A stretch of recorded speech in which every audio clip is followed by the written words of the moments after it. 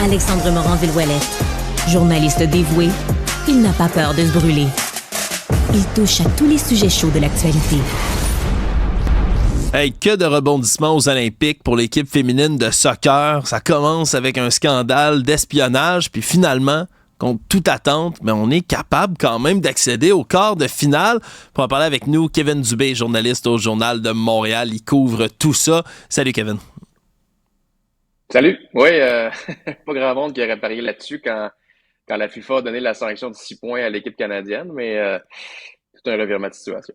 Oui, parce que là, hier, il y avait un appel même qui a été lancé là, du côté de la Fédération canadienne pour essayer de dire « Hey, là, c'est trop, cette punition-là. 6 points, c'est injuste pour notre équipe. Est-ce qu'on peut l'annuler? Est-ce qu'on peut la diminuer? » On a dit non de leur côté, mais là, ça a eu l'air de motiver les filles hier qui se sont présentées pour jouer un match crucial. Ouais, tu sais, on peut peut-être remettre en contexte un peu aussi.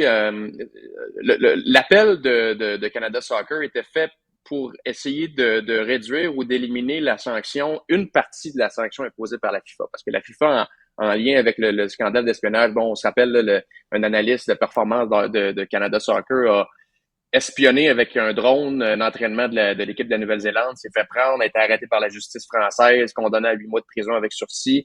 Il y a un scandale qui a éclaté après, on a compris que c'était systémique chez Canada Soccer, mais ce que Canada Soccer dit, c'est que c'est des gestes qui ont été commis par des gens qui sont pas les joueuses. Les joueuses n'avaient pas à payer un prix assez cher pour des gestes posés par des gens du personnel d'entraîneur ou des analystes de performance. Mais la FIFA a décidé de maintenir cette sanction-là. Est-ce que c'est une surprise? Personnellement, pas tant que ça. Je pense que la FIFA a voulu passer un message aussi. Là. Tu peux pas punir à moitié. Là. C'est des gestes comme ça. C'est surtout sur, tu sais, si t'es aux Olympiques, là, les yeux du monde sont tournés vers toi. Il y avait pas beaucoup de, tu sais, tout le monde attendait de voir ce que la FIFA allait faire. Je pense qu'il n'y a pas eu de surprise là. On a décidé de maintenir la sanction. Fait que là, le Canada partait commencer le tournoi avec moins 6 points. Donc, l'équivalent de 2 victoires en moins. C'était ça ma question, parce que je t'avoue, je connais pas comment le pointage fonctionne. C'est comme 2 victoires de moins, là. Exact. Fait que c'est 3. En fait, comment ça fonctionne au tournoi olympique? Une victoire, c'est 3 points. Un match nul, c'est 1 point. Une défaite, c'est aucun point. Fait que là, le Canada commençait avec moins 6 points, donc l'équivalent de 2. Puis il joue 3 matchs. C'est une phase de groupe. Il y a 4 équipes dans le groupe. Tu joues contre chacune des équipes de ce groupe-là. Puis ensuite, tu avances. Donc, ils partaient déjà avec un désavantage considérable.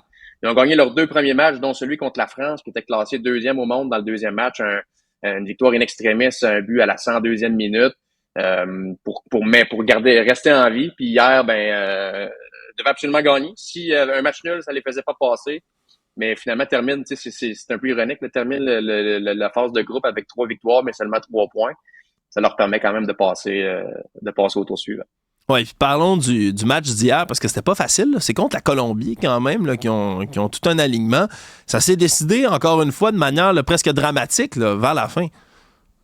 Ouais, écoute, je pense que le mot dramatique, c'est probablement le mot qui illustre le mieux ce qui se passe avec l'équipe canadienne depuis le début des Jeux. Là. C'est la première en première mi-temps, la Colombie avait besoin d'un match nul. Avec un match nul, c'était dans la passe. Avec une défaite, il fallait il y avait c'est un système de points là, c'est le différentiel de but pour et de but contre qui allait savoir s'il allait passer quand même. Donc pour la Colombie, l'enjeu du match est un peu moins grand. Pour le Canada, c'était une question de vie ou de mort. Tu perds, tu t'en vas à la maison. Puis je pense que ça aurait été, tu parlais de dramatique, je pense que ça aurait été catastrophique de revenir au Canada après avoir en raison des sanctions, après un scandale de tricherie comme ça, tout le monde leur aurait posé des questions.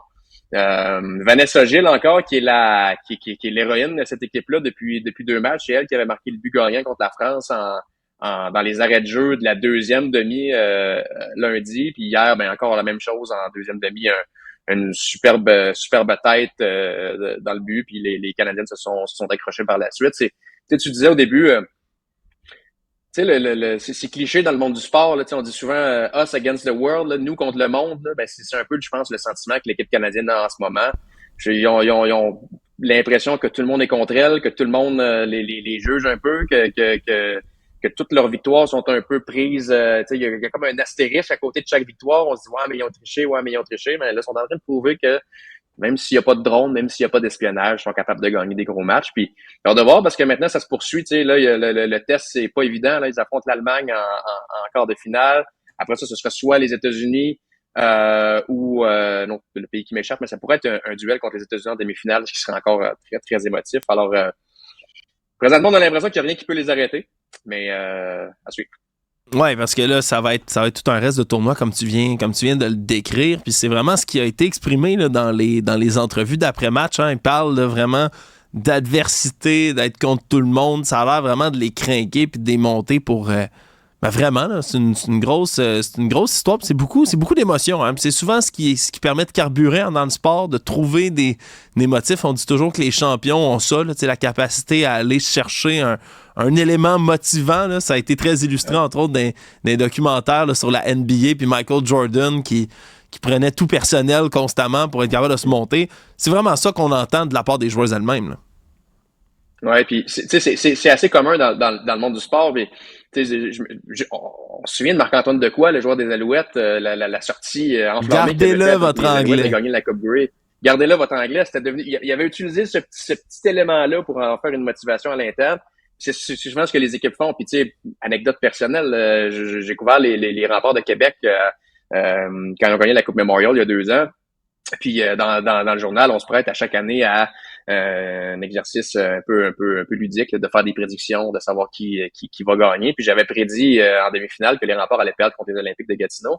Puis c'était devenu un peu leur motivation. Puis il me l'avait remis d'en face là, toute la série. Puis c'était devenu à l'interne dans la chambre, ce que j'ai compris par après, c'était devenu leur motivation. Puis ils étaient fâchés contre moi. Puis fait que tu sais, c'est commun dans le monde du sport de faire ça. Puis là, je veux dire, c'est pas une prédiction d'un journaliste de Québec, là. C'est le monde entier qui ont l'impression que ce sont des tricheuses puis que ce sont que leur victoire, surtout la conquête de la médaille d'or il y a 3 ans, était pas légitime à cause de ça. Donc, c'est ça. C'est comme je dis, c'est des choses comme ça des fois qui peuvent faire en sorte que tu as le petit avantage de plus, la motivation de plus pour aller un peu plus loin.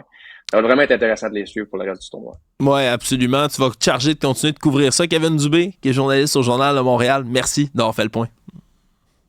Plaisir. Au revoir. Pour le reste du tournoi.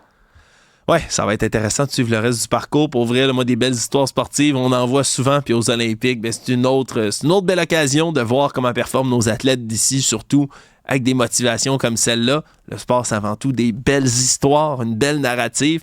On en a toute une entre les mains pour l'équipe de soccer féminine.